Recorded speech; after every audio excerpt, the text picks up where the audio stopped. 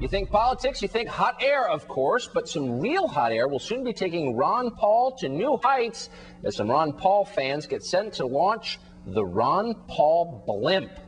The blimp that will cruise up the eastern seaboard next week. Is this political zeppelin legal? We'll find out from esteemed blimp experts in just a moment. Also, presidential candidate Mike Huckabee is taking flight. His rise in the early primary states now matched by a bull run in the latest national poll of Republican voters. He's number 2 now behind Rudy Giuliani, while Fred Thompson, unfortunately for him, headed in the opposite direction and fast. And Barack Obama is hoping the Oprah factor can help fill in an 80,000-seat college football stadium in South Carolina this Sunday. Can she get Obama over the top? Here to discuss all that and more, Democratic strategist and MSNBC political analyst Tilly Rosen and LA Times columnist Rosa Brooks. Welcome back to you both. Okay. What did you make, Hillary, of this new plan by supporters of Ron Paul, not the campaign?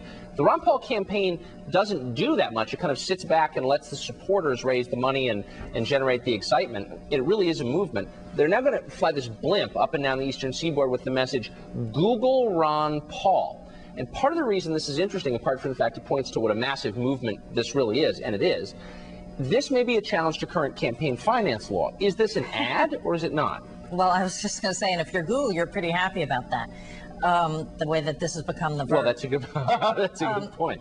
I actually think that there's some similarities between what's going on with Ron Paul and the Oprah issue, which is that politics is way too often seeming to the average person to be about people in power.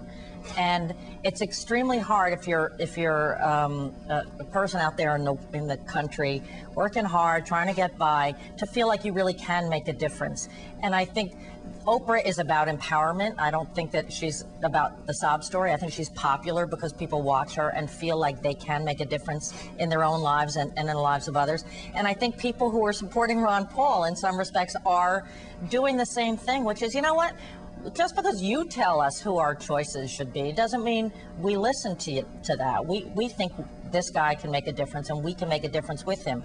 And, more power to them. Well, anybody who's spent any time watching Ron Paul, I was just on the road with him a week and a half ago, I was struck by the nature. I mean, there is a movement that I think the other candidates ought to be paying closer attention to. Why is Ron Paul able to raise, $4.5 million in one day with no help at all and no infrastructure at all? I mean, what is it about Ron Paul, Rosa, that is making people do what they're doing for him? We've said it before. He's honest. He's a serious guy. He's a straight shooter. He's not surrounded by consultants who package him to death until he's made of plastic.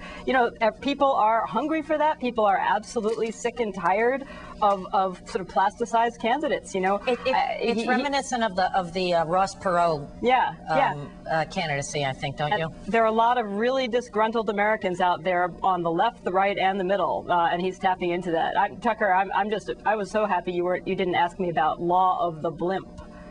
I'm trying to keep my love for Ron Paul under wraps. I don't want to just out and out shill for a candidate here, so I'm going to have to stand back and end the Ron Paul conversation before I embarrass myself.